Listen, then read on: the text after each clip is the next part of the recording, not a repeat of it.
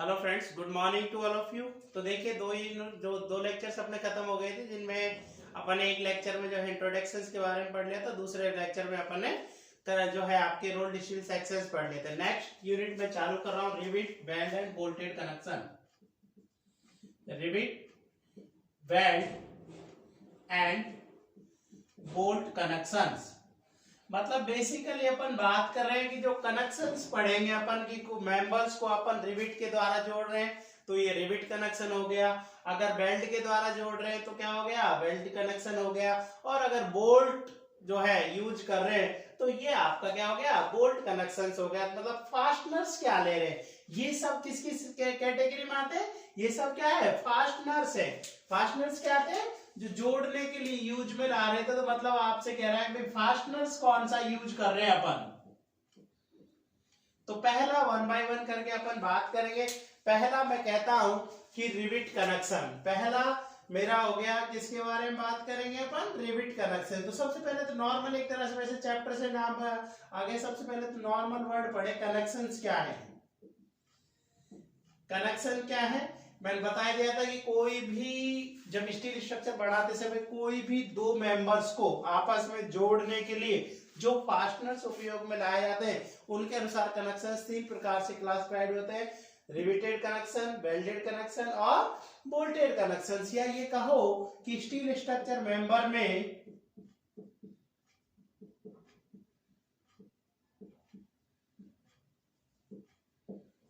Steel structure member में किन्हीं दो मेंबर्स को जोड़ने के लिए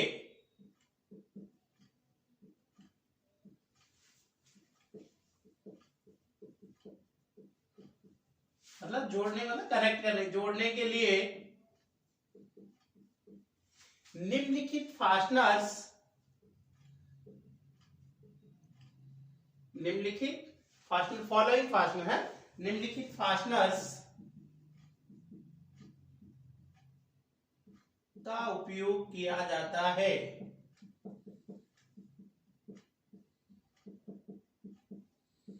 तो कौन कौन से हो गए थे, फर्स्ट अपन ने पढ़ लिया, वैसे चैप्टर के नाम से पढ़ रहा है रिविट। सेकंड क्या है आपका, वेल्ड। और थर्ड क्या है आपका, बोल्ट। तो सबके बारे में वन बाय वन अपन पढ़ेंगे। पहले अपन बात करेंगे रिविट कनेक्शन सारे डाटा, फिर अपन बात करेंगे वेल्ड कनेक्शन की, और उसके बाद अपन डाटा के बारे में बात करेंगे, बोल्टेड। तो फर्स्ट अपन ने कहा रिविट कनेक्शंस।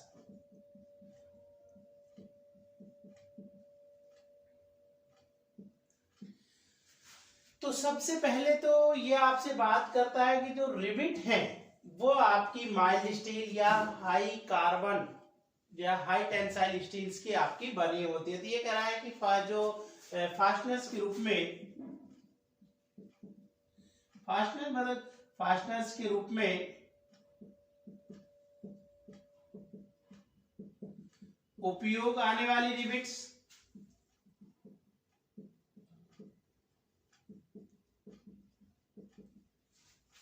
किसकी, माइल्ड स्टील या हाई टेंसाइल स्टील की बनी होती है।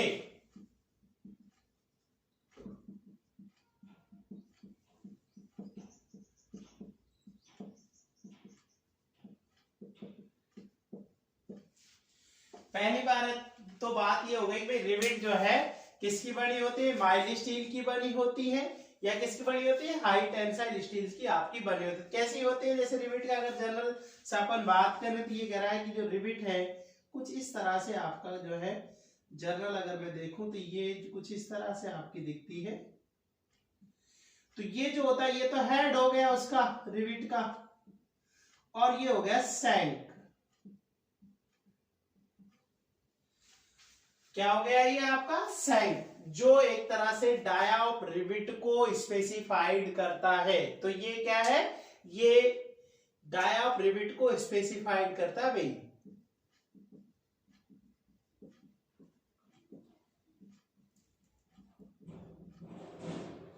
डाया ऑफ रिविट को स्पेसिफाइड का मतलब है कि जो अपन कहते हैं ना कि रिविट का डाया इतना है कि भाई रिविट 12 डाया की है, 15 डाया की है, 20 डाया की है, तो वो सैंक डाया होगा उस रिविट का। जो सैंक डाया होता है वही डाया ऑफ रिविट्स आपका होता है। अब ये कह रहा है कि रिविट भी 5 प्रकार की होती है। रिविट भी कितने प्रकार। दूसरी बात ये है कि जो रिविट, जब आप रिविट कनेक्शंस करते हैं तो रिविट का जो मिनिमम डाया है वो ज्ञात करने के लिए अनविन्स ने एक फॉर्मूला दिया जो आपसे पूछता रहता है। ये कहता है कि फास्टनर्स के रूप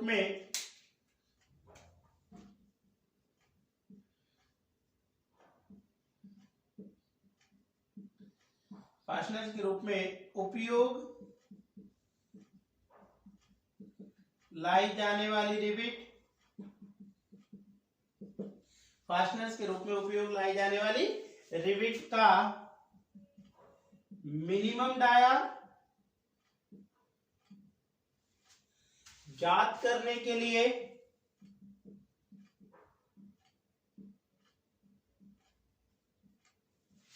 अनविन्स ने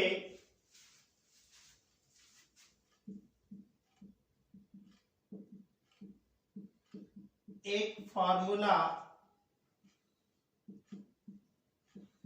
दिया था। तो कौन से साइंटिस्ट ने? अनविन साइंटिस्ट ने एक फॉर्मूला दिया था। क्या था ये आपका?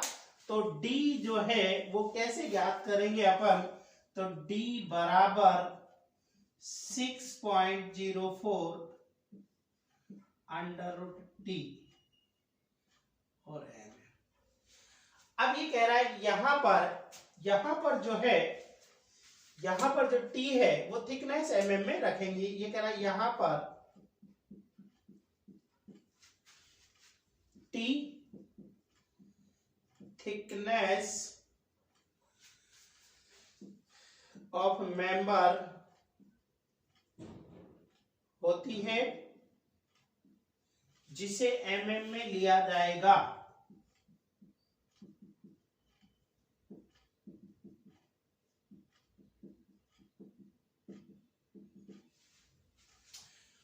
टी थिकनेस ऑफ मेंबर होती है जिसे किसमें लिया जाएगा?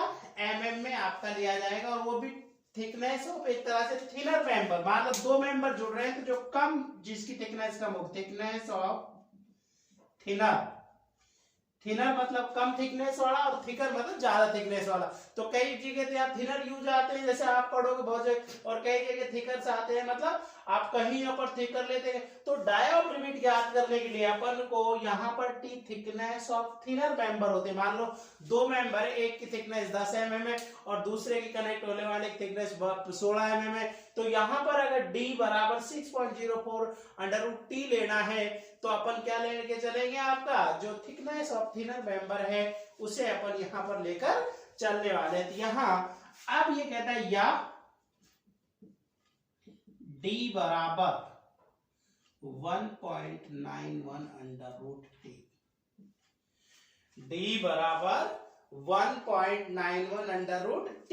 लेकिन यहां ये जो T है ये सेंटीमीटर में, ये कह रहा है यहां पर T इस फॉर्मूले में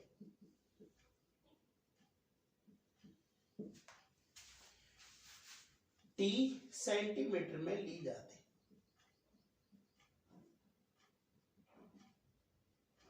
भाई अनविन फार्मूला ही है ये, चाहे मतलब अगर mm में लोगे तो ये होगा और सेंटीमीटर, क्योंकि देखो अगर आप mm की जगह सेंटीमीटर लोगे T/10 हो जाएगा। T/10 तो √10 को निकालोगे तो 3 पॉइंट समथिंग आएगा वो। तो 6.04 में जब 3 पॉइंट समथिंग जो आएगा उसका भाग देंगे तो वो 1.91 में बच जाएगा। तो दोनों ध्यान रखें, या तो ये या ये आपका हो जाएगा। ठीक है ना भाई?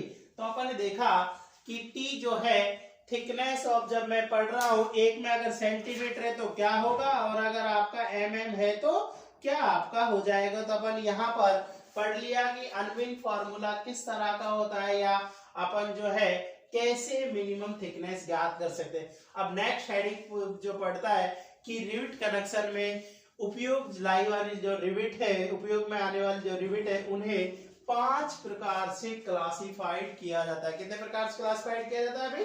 5 टाइप्स। तो नेक्स्ट जो है अपन यहाँ बोलने वाले हैं, लिखने वाले कि रिविट कनेक्शन में उपयोग लाई जाने वाले रिविट्स को 5 प्रकार से क्लासिफाइड किया जाता है।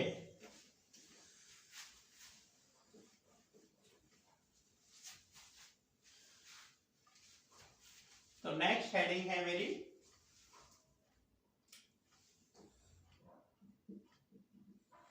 रिविट कनेक्शन में उपयोग लाई जाने वाली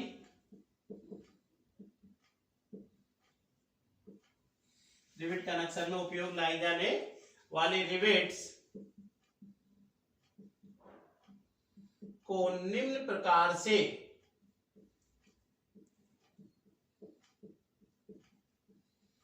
क्लासिफाइड किया जाता है। तो कौन कौन से प्रकार होते हैं? फर्स्ट ये कहता है पावर ड्राइवन शॉप रिविट। पहला क्या है? Power driven shop rivet.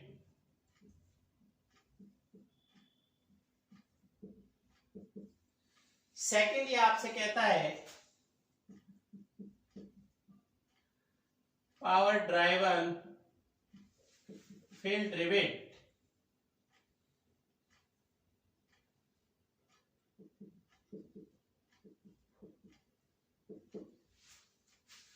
Third ये आपसे कहता है हैंड ड्राइवन रिविट।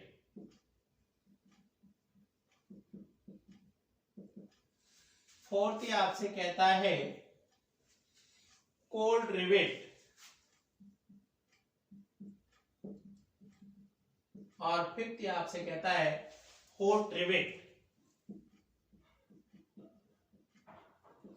तो कितने प्रकार की होगी भाई? 5 प्रकार की हो गई। 5 प्रकार कौन कौन से हो गए आपके? अपन ने देख लिया 5 प्रकार। पावर ड्राइवन हो गया आपका, पावर ड्राइवन शॉप रिविट हो गया, पावर ड्राइवन फील्ड रिविट हो गया, हैंड ड्राइवन रिविट हो गया, कोल्ड रिविट्स हो गई और हॉट रिविट्स। तो 1 बाय 1 करके बात करते हैं। फर्स्ट ये कहता है पावर ड्राइवन शॉप रिविट। पहली कौन सी बात करता है भाई? Power driven shop rivet. नाम से पता लग रहा है, देखो पावर ड्राइवन मतलब प्रेशर से की जा रही है। पावर ड्राइवन शॉप रिविट मतलब जो रिविटिंग है वो आपकी किससे की जा रही है? किसी हाइड्रोलिक यूनिट मशीन से प्रेशर से की जा रही है। और शॉप मतलब आपका जो फैब्रिकेशन जगह है, जो आपका फैक्ट्री एक तरह से, उसके अंदर की जा रही है या शॉप के अंदर की जा रही है। मतलब एक तो आप साइट पर ले जाकर रिविटिंग करो और एक आप जो दुकान होती है जहां पर काम हो रहा है वहां पर आप कर रहे हो। तो कह रहा है पावर ड्राइवन शॉप रिविट। ये कह रहा है यदि रिविटिंग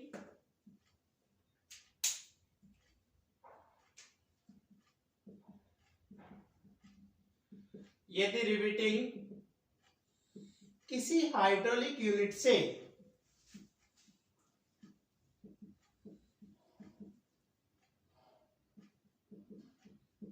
हाइड्रोलिक यूनिट मतलब जो रिविटिंग प्रेशर एक तरह से कोई है ना, किसी हाइड्रोलिक यूनिट से शॉप के अंदर, शॉप मतलब जहां पर आप जो है एक तरह दुकान शॉप पर की जा रही हो, शॉप पर की जा रही हो, तो इस प्रकार की रिविटिंग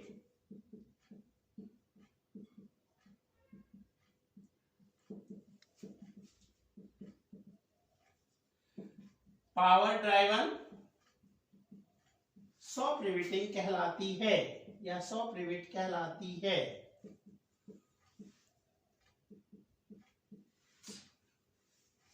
सेकंड नाम पता लग रहा है पावर ड्राइवन फील्ड रिविट।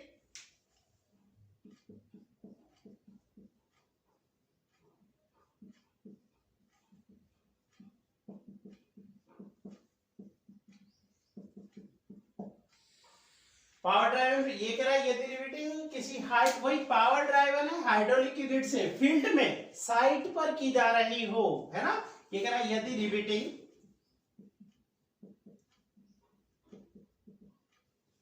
किसी हाइड्रोलिक यूनिट से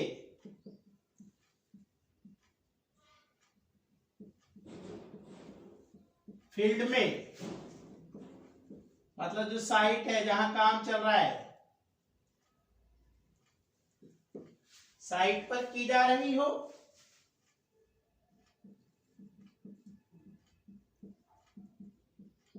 तो यह रिवेटिंग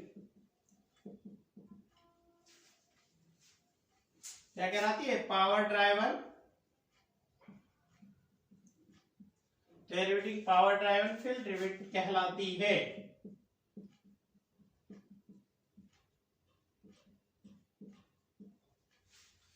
थर्ड कौन सा हो गया भी आपका? Hand driven rivet. थर्ड कौन सी होगी आपकी? Hand driven rivet.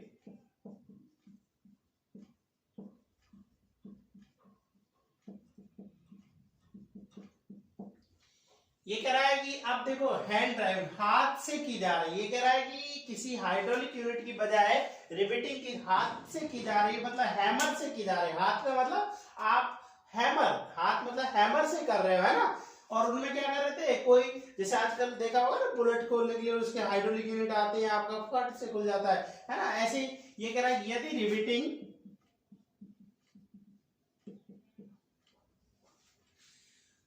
हैमर की सहायता से, हाथ मतलब हैमर की ठोक कर, है ना, हैमर की सहायता से की जा रही हो, की जा रही है, तो इस प्रकार की रिवेटिंग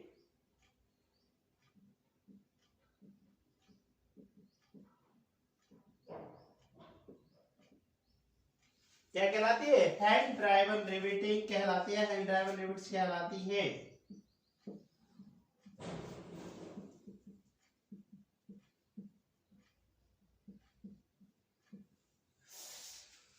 तो मैंने बेसिकली इनके बारे में अभी तीन के बारे में पढ़ लिया। देखो पावर ड्राइवन शॉप रिवेट, अभी बहुत कोई क्वेश्चन नहीं बढ़ रहा है। हाइड्रोलिक यूनिट से आपका शॉप पर की जा रही है, तो ये power driven shop riveting. Power drive hydraulic unit से साइट पर या फील्ड में की जा रही है, power drive field rivet. Hand driven हाथ से हैमर की सहायता से अगर की जा रही है, तो ये जो रिवेटिंग है वो हैंड ड्राइवन रिवेटिंग आपकी कहलाती है। अब ये कहता है कि इनकी जो परमिसिबल स्ट्रेस है, तीनों की परमिसिबल स्ट्रेस के बारे में बात करूं, अभी मैं दो के बारे में बात एक परमिसिबल स्ट्रेस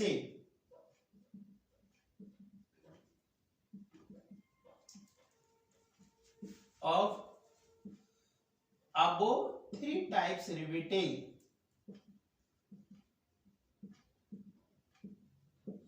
ये करा इनकी परमिसिबल स्ट्रेसेज आपकी कितनी कितनी होगी, तो एक टेबल बनाता हूं मैं।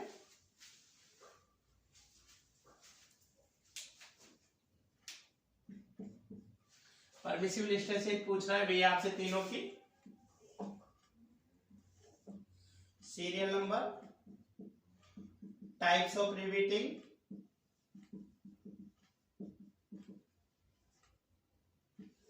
ये कह रहा है एक्सेल टेंसाइल स्ट्रेस बताओ। एक्सेल टेंसाइल स्ट्रेस कितनी होगी, एक्सेल शियर स्ट्रेस कितनी होगी, एक्सेल बेयरिंग स्ट्रेस कितनी होगी। तो तीन तरह की आपकी जो है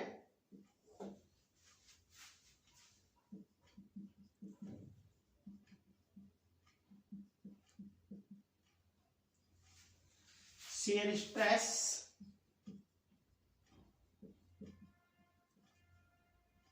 टाउ बीएफ होगा, और बेयरिंग स्ट्रेस।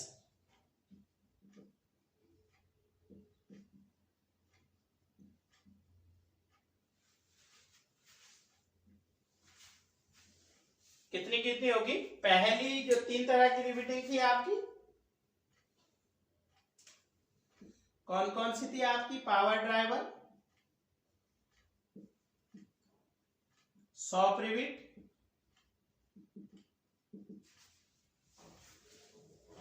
सेकंड कौन सी थी? Power driver field rivet,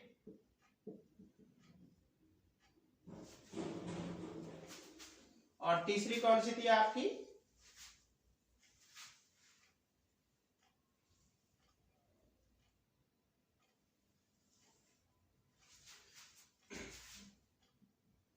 hand driver riveting.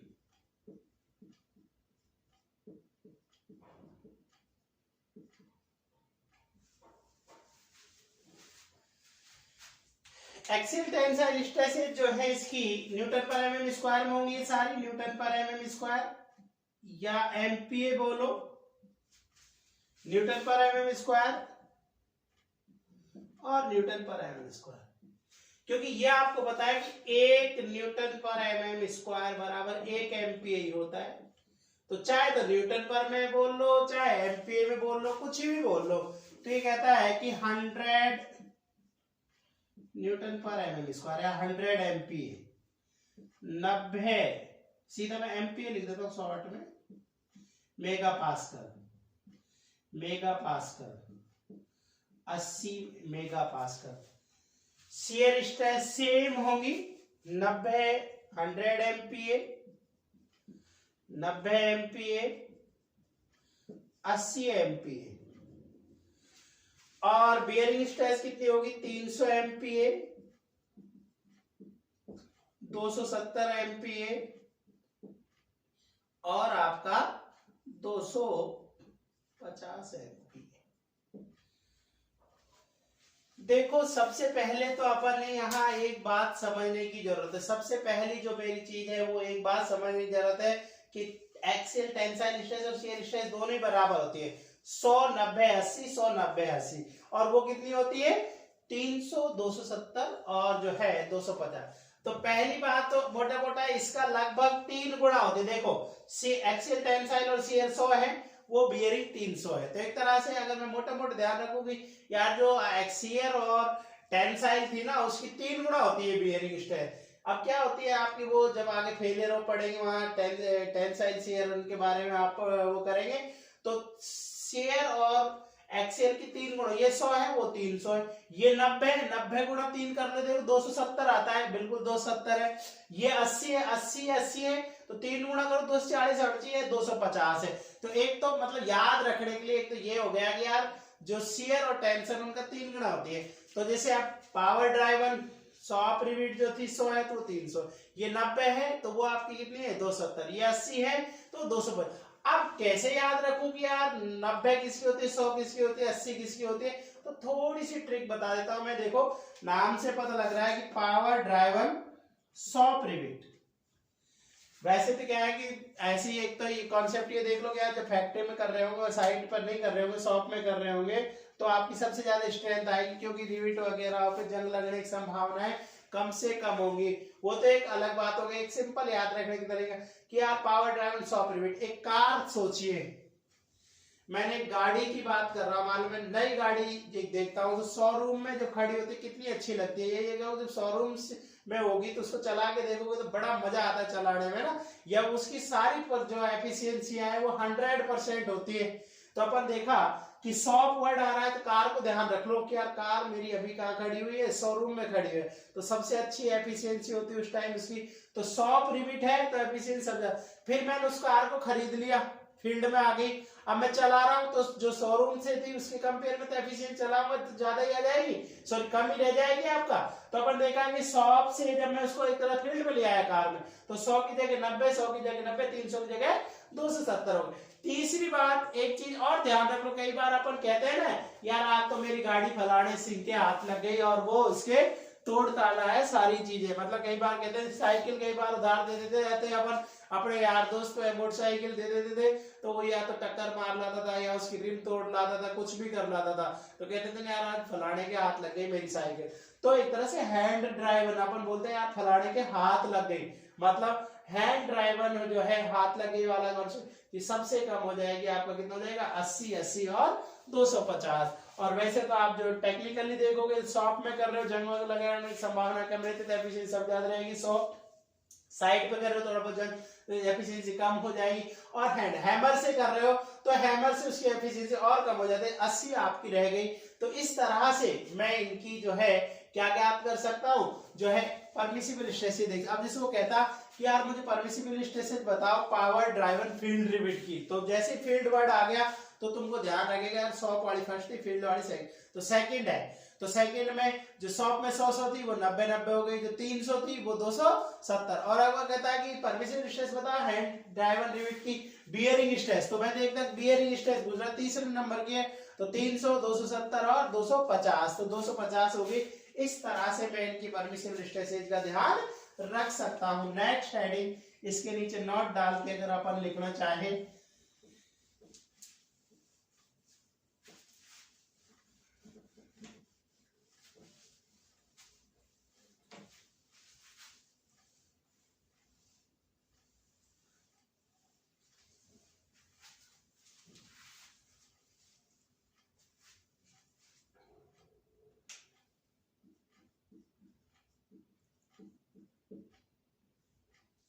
तो नोट में सबसे पहली बात क्या है, ये कहता है कि जो पावर ड्राइवन फील्ड रिविट होती है इसकी स्ट्रेंथ 100 रिविट की तुलना में 10% कम होती है। जैसे देखो ये 100 है, ये 90 रहेगी, 10% रिड्यूस हो गई। तो ये कह रहा है power driven field rivet, power driven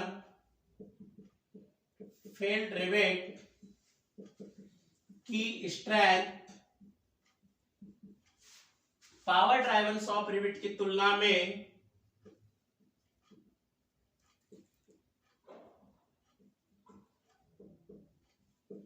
100 rivet की तुलना में 10% कम होती है।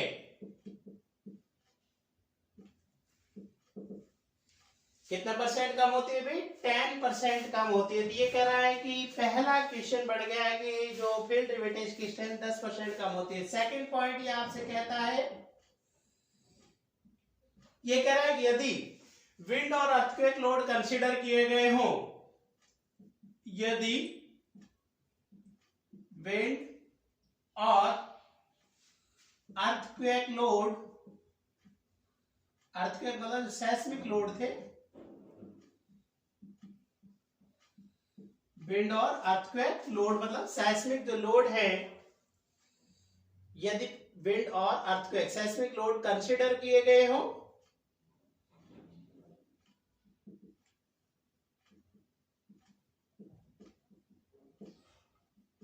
यदि विंड और अर्थक्वेक सेस्मिक लोड कंसीडर किए गए हो तो रिविट्स में परमिसिबल स्ट्रेसेज, तो रिविट्स में उपरोक्त दी गई, ये टेबल ऊपर ही थी ना जब आप नीचे लिखते आ रही हो, तो उपरोक्त टेबल में,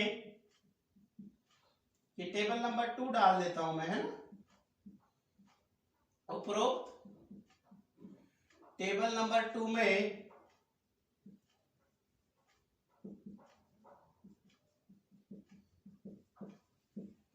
दी गई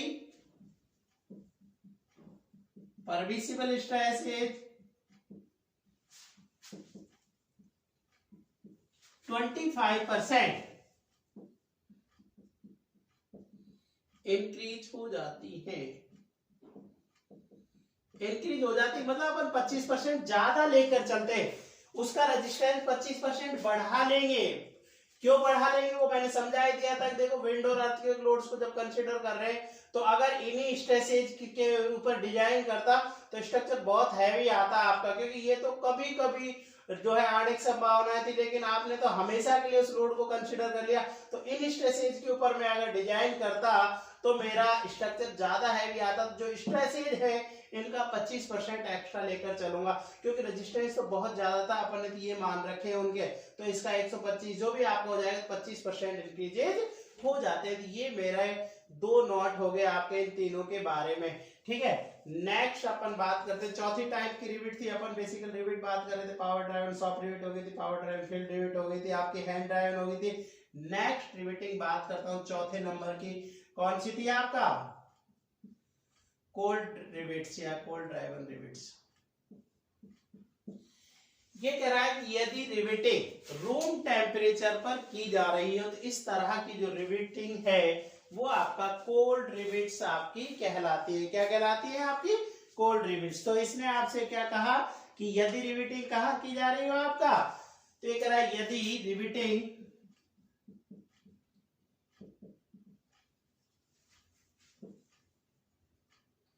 रूम टेम्परेचर पर की जा रही हो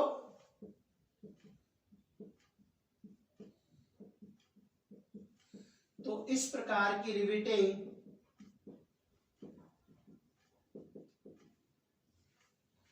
मेथड्स ऑफ रिवेटिंग है, मेथड्स ऑफ रिवेटिंग तो है एक तरह से आपका रिविट वही है। अगर शॉप में कर रहे हैं तो आपका क्या था, फील्ड में कर रहे थे तो क्या था, हाथ से किए तो क्या है, कोल्ड रूम टेम्परेचर पर कर रहे हैं ना। यदि रिवेटिंग रूम टेम्परेचर पर की जा रही है तो इस प्रकार की रिवेटिंग क्या कहलाती है, कोल्ड ड्राइवन रिवेटिंग कहलाती है। नेक्स्ट 5वां नंबर क्या था आपका, हॉट रिवेटिंग या हॉट ड्राइवन रिवेट्स। तो ये क्या कह रहा है, यदि जो रिवेटिंग है वो आपका रिवेट्स को गर्म करके की जा रही हो, उन्हें बिल्कुल एक बार गर्म करते हैं, आपका हीटेड करते हैं और फिर अपन जो है उस होल के अंदर उसको डाल रहे हैं जो आपने रिवेटिंग के लिए किया है। तो ये क्या कह रहा है, यदि रिवेटिंग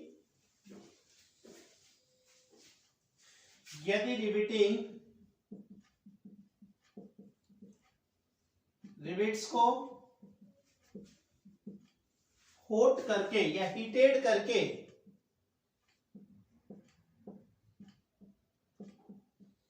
की जा रही हो, यदि रिवेटिंग रिवेट्स को हीटेड करके की जा रही हो तो इस प्रकार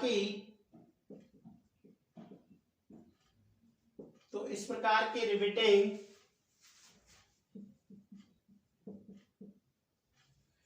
हॉट ड्राइवन रिवेटिंग कहलाती है।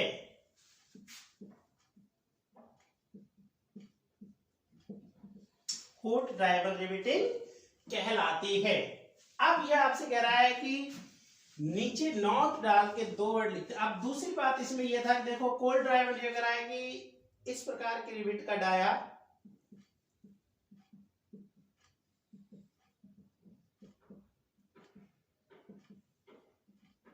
12 mm से 22 mm के मध्य होता है। कितने से, 12 mm से 22 mm के मध्य होता है या रहता है। दूसरा ये कह रहा है कि इस प्रकार जो हॉट ड्राइवन ये कह रहा है कि इस प्रकार के रिवेट का डाया पूछता रहता है भाई,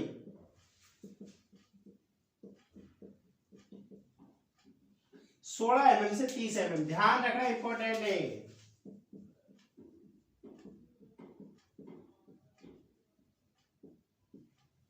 तीस mm के मध्य रहता है। अब नोट में 2 चीजें और लिख देते हैं अपन इन रिवेट्स के बारे में। क्या क्या 2 चीजें और होगी नोट में अपन लिख दें।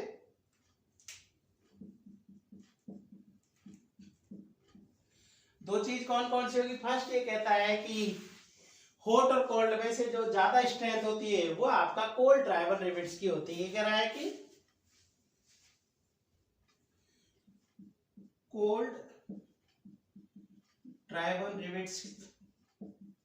रिवेटिंग की स्ट्रेंथ हॉट ड्राइवर रिवेटिंग से ज्यादा होती है।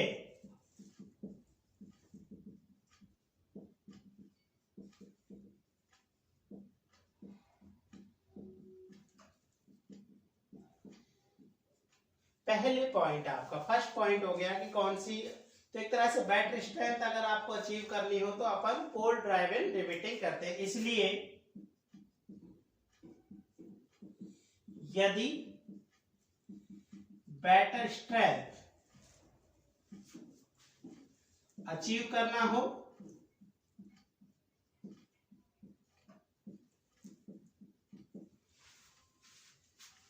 तो स्ट्रक्चर्स के लिए स्ट्रक्चर बनाते समय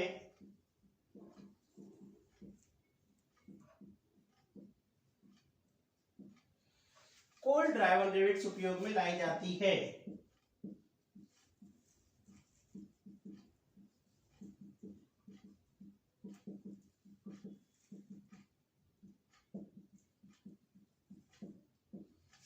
सेकंड हो गया आपका हॉट ड्राइवर रिवेट। सेकंड क्या हो गया आपका भाई, hot driver rivets.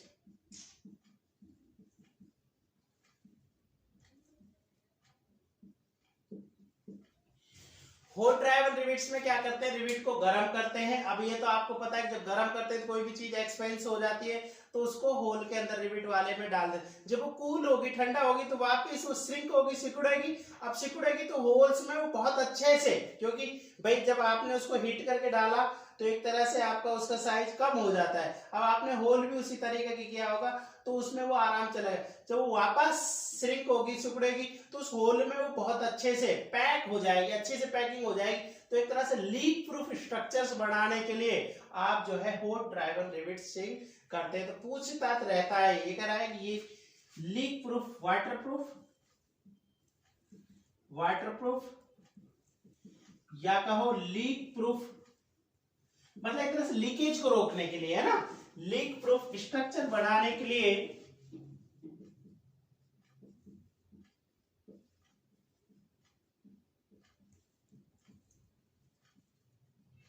Water proof या लीक प्रूफ स्ट्रक्चर बनाने के लिए कौन सी आपकी हॉट ड्राइवर रिवेट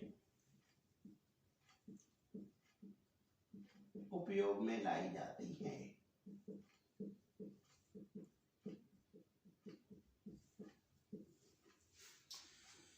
तो ये मेरी बात हो गई किसके बारे में, जो पांचों टाइप्स की अपन ने रिविटिंग के बारे में डिस्कस किया था। भाई रिविटिंग आप कितने मेथड से कर सकते हैं, कितने प्रकार से आप उन्हें क्लासिफाइड कर सकते हैं। तो मैंने बातें कर ली है, 5 टाइप्स की आपकी रिविट्स हो गई थी। तो अपन जो है मेथड ऑफ रिविटिंग के बारे में कंप्लीट हेडिंग पढ़ चुके हैं, जिनमें जो क्वेश्चन बनते थे आपके, जो क्वेश्चन बन सकते थे, जो पॉसिबिलिटीज थी, वो मैंने यहाँ पर आपको सारे बता दें। भाई ये क्वेश्चन आपसे पूछ सकता है। नेक्स्ट मेरी हेडिंग है नॉमिनल डाया और ग्रॉस डाया।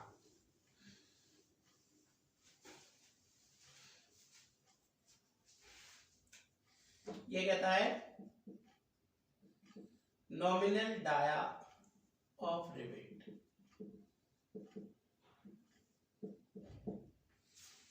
ये कह रहा है कि नॉमिनल डाया ऑफ रिविट क्या होता है। तो ये कहता है कि the dia of rivet,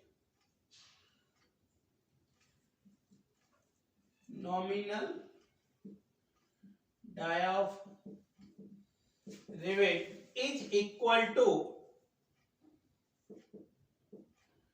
dia of shank before riveting.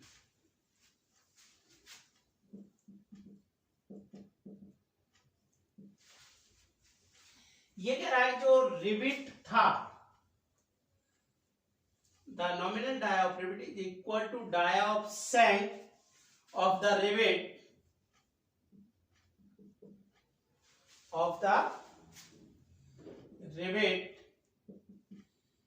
Before riveting.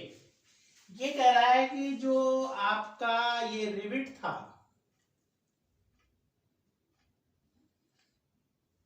इसका जो ये सैंक था, सैंक जो डाया था, रिविटिंग करने से पहले जो इसका डाया होगा वो नॉमिनल डाया ऑफ रिविट कहलाता है। रिविटिंग का मतलब है जैसे जब रिविट करते हैं, जैसे हैमर से आप चोट मारते हैं, हैमरिंग करते हैं, तो उसका डाया क्या हो जाता है, खूब बढ़ जाता है। तो वो वाला डाया नहीं, उससे पहले, मतलब एक तरह से रिविट को यूज करने से पहले जो उसके सैंक का डाया होगा वो कहलाता है nominal dia of rivet. Second ये कहता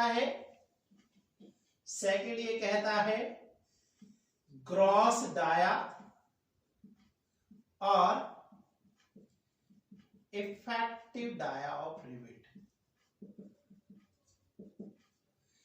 ये कह रहा है कि ग्रॉस या इफेक्टिव डाया, दोनों टर्म्स एक है, चाहे ग्रॉस डाया बोल लो चाहे इफेक्टिव डाया बोल लो। तो ये कह रहा है gross dia of rivet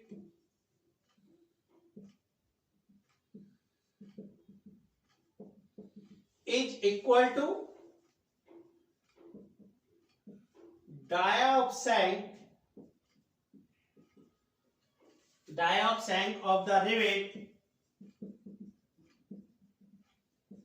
after riveting or also equal to dia of hole which it makes for rivet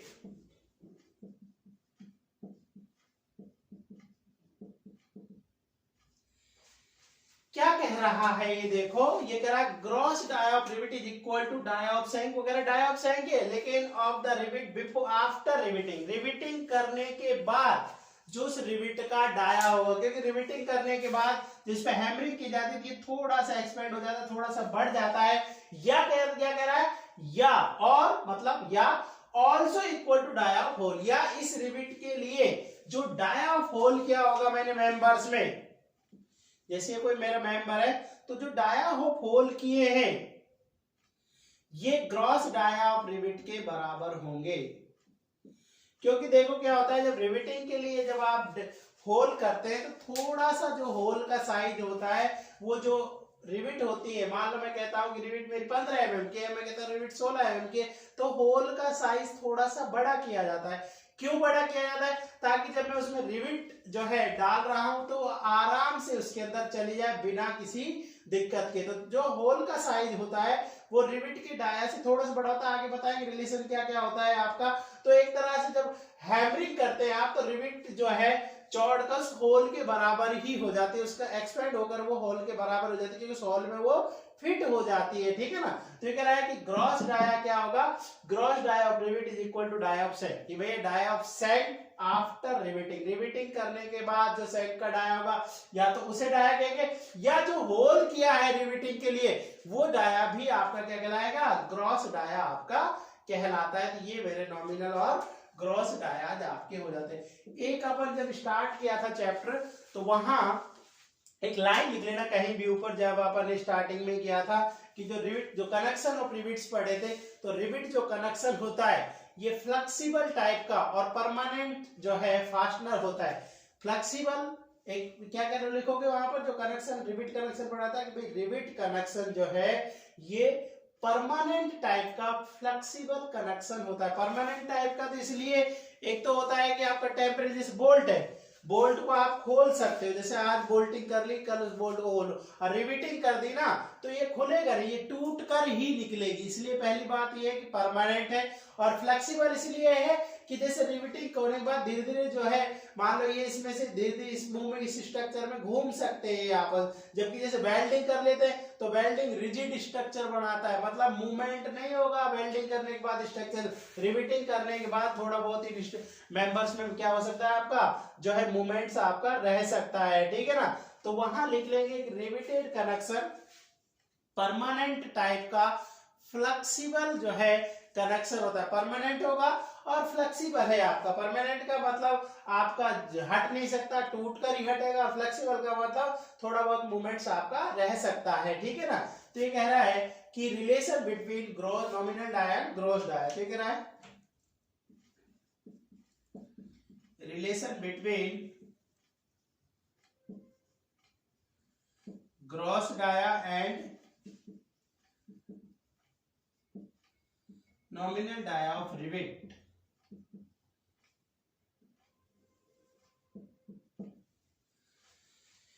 ये कह रहा है कि जो रिलेशंस बताओ, तो ये कह रहा है कि किसी रिवेट का ग्रॉस डाया ज्ञात करने के लिए नॉमिनल डाया में 1.5 से 2 mm आप ऐड कर देते। अब कब ऐड करेंगे कब 2 करेंगे वो अपन यहाँ पर बात करते हैं। तो ये कहता है कि किसी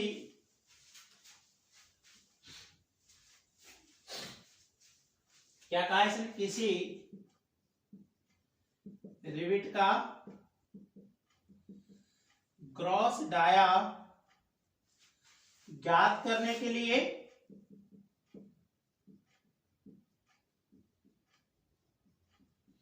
नॉमिनल डाया ऑफ रिवेट में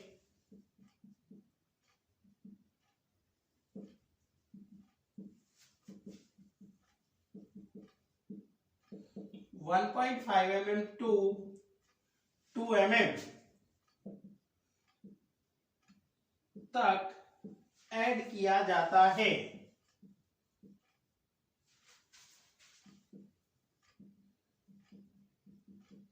मतलब जोड़ा जाता है। तो एक तरह से क्या बढ़ गया आपका, ये तरह ग्रॉस डाया बराबर gross effective nominal dia of rivet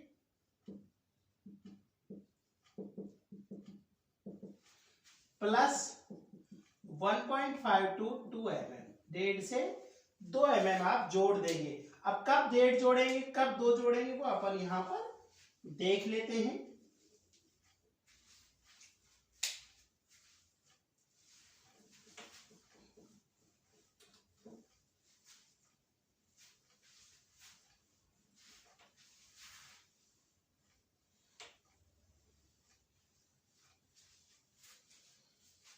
अब ये कहता है कि if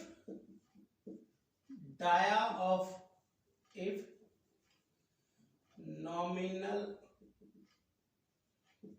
dia of rivet up to 25 mm, ये कह रहा 25 mm तक आपका है, एक तरह से जो नॉमिनल डाया है less than equal to 25 mm तक है, तो ये आपसे क्या कहता है, ग्रॉस डाया जो होगा ये होगा नॉमिनल डाया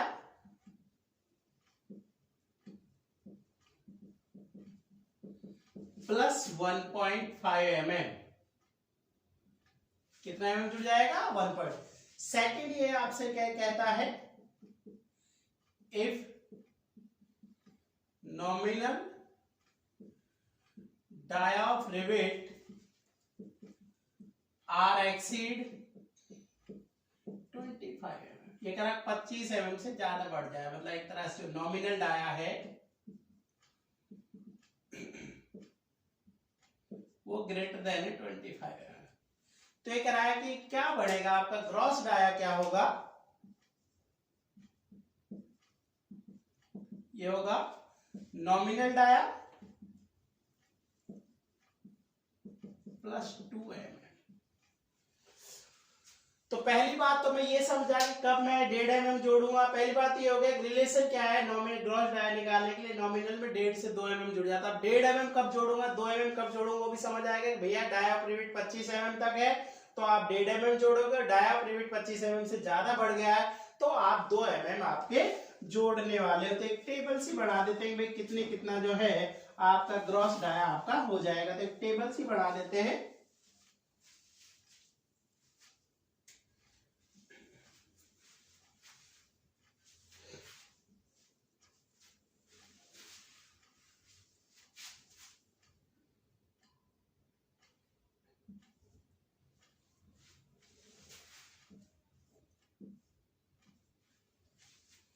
ये क्या है, nominal dia of rivet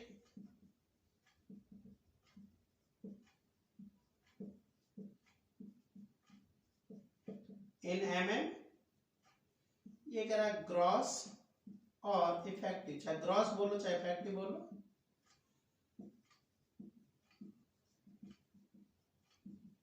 in mm।